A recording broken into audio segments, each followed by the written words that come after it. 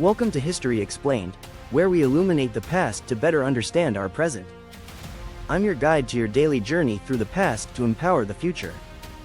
Today is Friday, June 13, 2025. As we do every Friday, we're exploring a significant economic milestone that fundamentally shaped the development of our modern global economy. Today, we turn our attention to the establishment of the World Trade Organization in 1995. A pivotal moment that transformed international commerce and created the institutional framework governing global trade today. The WTO's creation marked the culmination of decades of efforts to establish rules-based international trade while representing a fundamental shift toward economic globalization that continues to influence world affairs. What makes the WTO's establishment particularly significant is how it embodied both the promise and controversy of economic globalization. Supporters saw it as essential for promoting prosperity through free trade, while critics viewed it as undermining national sovereignty and workers' rights. These debates continue to shape contemporary discussions about trade policy and international economic cooperation. So let's explore this transformative moment in economic history, examining the post-war foundations that led to the WTO's creation, the complex negotiations that brought it into being, its role in accelerating globalization, and the ongoing debates about its impact on the world economy. The story of the WTO begins with the post-World War II efforts to create international institutions that would prevent the economic nationalism and trade wars that had contributed to the Great Depression and global conflict. The 1944 Bretton Woods Conference had established the International Monetary Fund and World Bank, but efforts to create a comprehensive international trade organization ultimately failed when the U.S. Congress refused to ratify the agreement. Instead, 23 countries signed the General Agreement on Tariffs and Trade in 1947, intended as a temporary arrangement until a proper trade organization could be established.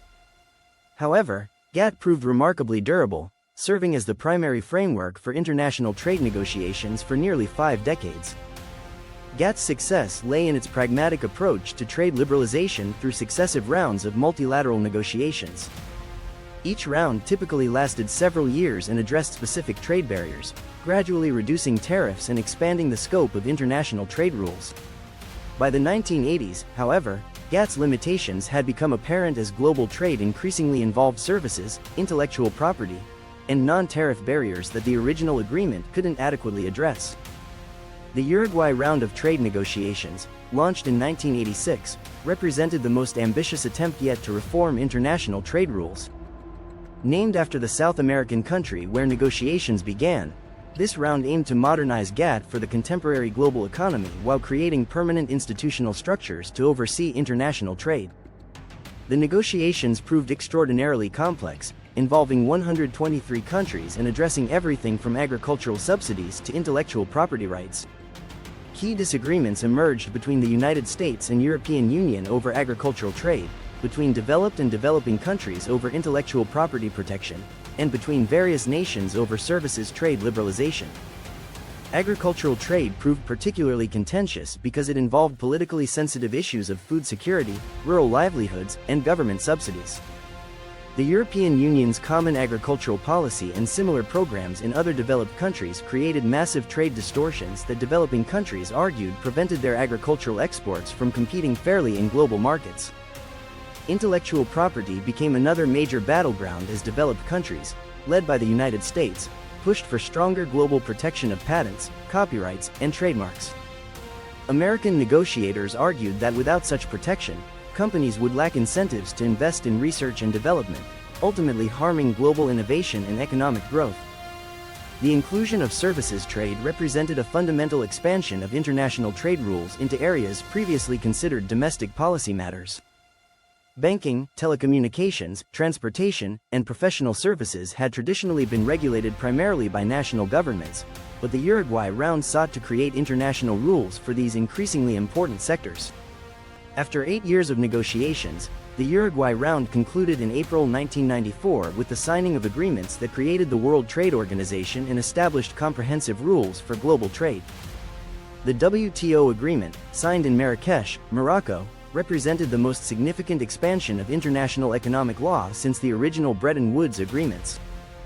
The WTO officially began operations on January 1, 1995, replacing GATT as the primary international trade organization. Unlike GATT, which was technically only an agreement between governments, the WTO was a proper international organization with legal personality, permanent secretariat, and binding dispute resolution mechanisms. The new organization structure reflected both the complexity of modern trade and the diverse interests of its members.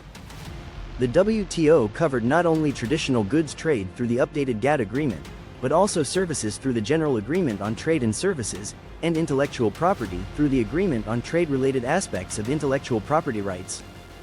Perhaps most importantly, the WTO established a binding dispute settlement mechanism that gave the organization real enforcement power. Unlike GATT's consensus-based dispute resolution, which could be blocked by any party, the WTO's system operated through majority rule and could authorize trade sanctions against countries that violated WTO rules. The WTO's early years coincided with rapid acceleration of economic globalization as technological advances in communications and transportation made global production chains feasible for the first time. The organization's rules facilitated this process by reducing trade barriers and creating predictable frameworks for international business investment. China's accession to the WTO in 2001 marked a watershed moment that fundamentally altered global trade patterns. After 15 years of negotiations, China agreed to extensive market opening measures and regulatory reforms in exchange for full participation in the global trading system. This integration of the world's most populous country into the WTO system accelerated globalization while creating new competitive pressures for workers and industries in developed countries. The WTO's dispute settlement system quickly became one of its most important and controversial features. The organization handled hundreds of trade disputes in its first decades, addressing everything from steel tariffs to agricultural subsidies to environmental regulations. While supporters praised the system for providing predictable, rules-based resolution of trade conflicts, critics argued that it undermined democratic governance by allowing international panels to overturn domestic laws. Some of the most significant early disputes involved conflicts between trade liberalization and other policy objectives. The famous shrimp turtle case, where the WTO initially ruled against U.S. environmental regulations that protected sea turtles, highlighted tensions between free trade principles and environmental protection that continued to generate controversy. The organization also faced criticism for its democratic deficit, as WTO negotiations were typically conducted by trade officials with limited public input or parliamentary oversight. The 1999 protests in Seattle during the WTO ministerial meeting brought global attention to these concerns and marked the beginning of sustained civil society engagement with trade policy issues. Developing countries initially hoped that WTO membership would provide better access to rich country markets and more favorable treatment for their exports. However, many found that the organization's rules, while formally equal, often reflected the priorities and economic structures of developed countries rather than addressing development needs. The Doha Development Agenda, launched in 2001, was intended to address these concerns by focusing on development issues and providing special treatment for least developed countries. However, these negotiations ultimately stalled due to disagreements over agricultural subsidies, industrial tariffs, and services liberalization, highlighting the difficulty of balancing different countries' interests within the WTO framework. The 2008 global financial crisis marked a turning point for the WTO and global trade more generally. While the organization helped prevent a return to the protectionist policies of the 1930s, the crisis also sparked new debates about financial regulation, exchange rate policies, and the relationship between trade and financial stability.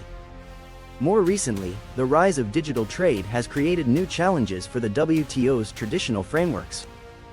E-commerce, data flows, and digital services don't fit neatly into existing categories of goods and services trade, requiring new approaches to international economic governance that the organization has struggled to develop. The WTO has also faced challenges from changing geopolitical relationships, particularly growing tensions between the United States and China.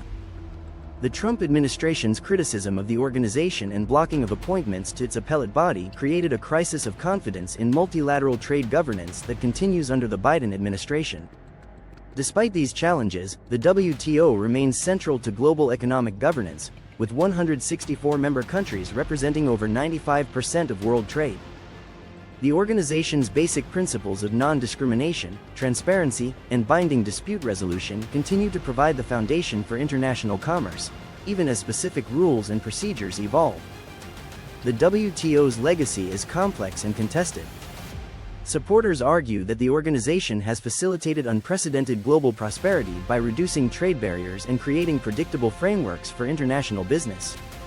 They point to rising living standards in many developing countries and the expansion of consumer choice and economic opportunity worldwide. Critics contend that WTO rules have prioritized corporate interests over workers' rights, environmental protection, and democratic governance. They argue that trade liberalization has contributed to inequality, job displacement, and environmental degradation while undermining governments' ability to regulate in the public interest. The debate over the WTO's impact reflects broader questions about globalization's costs and benefits that remain relevant today. As countries grapple with challenges from climate change to technological disruption to pandemic responses, questions about the appropriate role of international trade rules in addressing these issues continue to evolve. Looking forward, the WTO faces the challenge of adapting to a rapidly changing global economy while maintaining its core mission of promoting open, predictable international trade. Issues like digital commerce, environmental sustainability, and inclusive development will likely require new approaches that balance trade liberalization with other policy objectives. The WTO's experience also offers lessons about international cooperation more generally. The organization demonstrates both the potential for multilateral institutions to address global challenges and the difficulties of maintaining consensus among countries with different interests, values, and development levels. Thank you for joining us for this exploration of the World Trade Organization and its role in shaping the modern global economy. Tomorrow, we'll be back with our Military History episode where we'll be examining the Battle of Waterloo and its decisive role in ending Napoleon's empire and reshaping European politics. If you enjoyed this journey through history, please like this video, subscribe to our channel, and hit the notification bell so you never miss an episode. We'd also love to hear your thoughts. What aspects of global trade governance do you find most important, and how do you think the WTO should adapt to contemporary challenges? Let us know in the comments section below. Until next time, I'm your guide for History Explained, where we believe that understanding yesterday is the key to navigating tomorrow.